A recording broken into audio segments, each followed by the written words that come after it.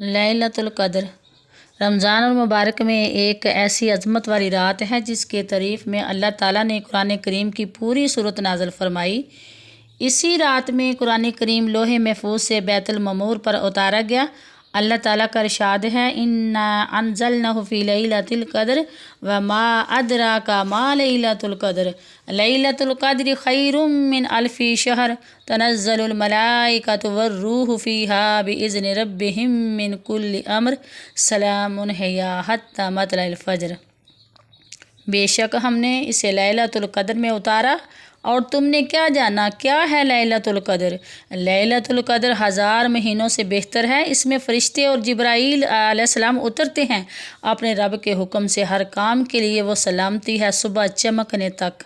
بے شک قرآن کریم کی اس صورت میں اللہ تعالیٰ نے ارشاد فرمایا ہے کہ ہم نے قرآن کریم کو ایک رات میں اتارا، اور دوسری جگہ ارشاد ہوتا ہے شہر رمضان الذی انزل فیہ القرآن کہ ہم نے اسے رمضان کے مہینے میں اتارا ہے۔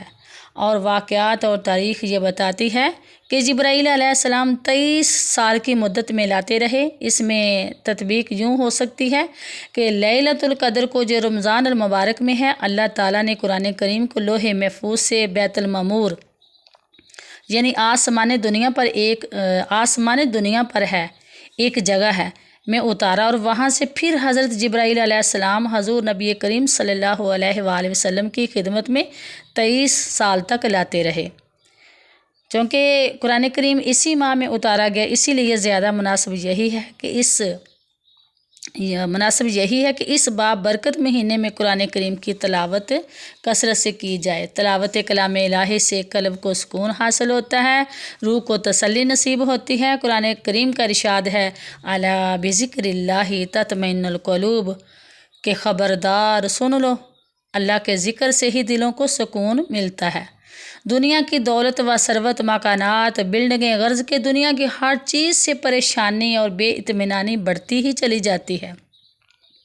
صرف ایک اللہ تعالیٰ کا ہی ذکر ہے جس سے دل مطمئن ہوتے ہیں، اور پھر قرآن کریم ایسی کتاب ہے کہ جس کو جتنی مرتبہ پڑھتے جائیے لذت اور شوق تلاوت زیادہ ہی ہوتا چلا جائے گا۔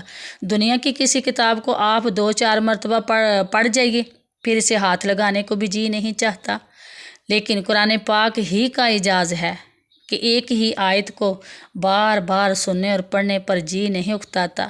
رمضان المبارک میں عموماً مسلمان نماز تراویح میں قرآن کریم ختم کرتے ہیں، بلکہ میں نے کئی حفاظ ایسے بھی دیکھے سنے جو صرف ایک رکعت میں ہی ختم کر لیتے ہیں۔ حضرت امام ابو حنیفہ رحمۃ اللہ علیہ ہر روز 2 قرآن کریم ختم فرمایا کرتے تھے۔ سبحان اللہ۔ حضور نبی کریم صلی اللہ علیہ وآلہ وسلم نے ارشاد فرمایا کہ اس کتاب کا ایک حرف تلاوت کرنے پر 10 نیکیاں ملتی ہیں اور 10 گناہ معاف کیے جاتے ہیں۔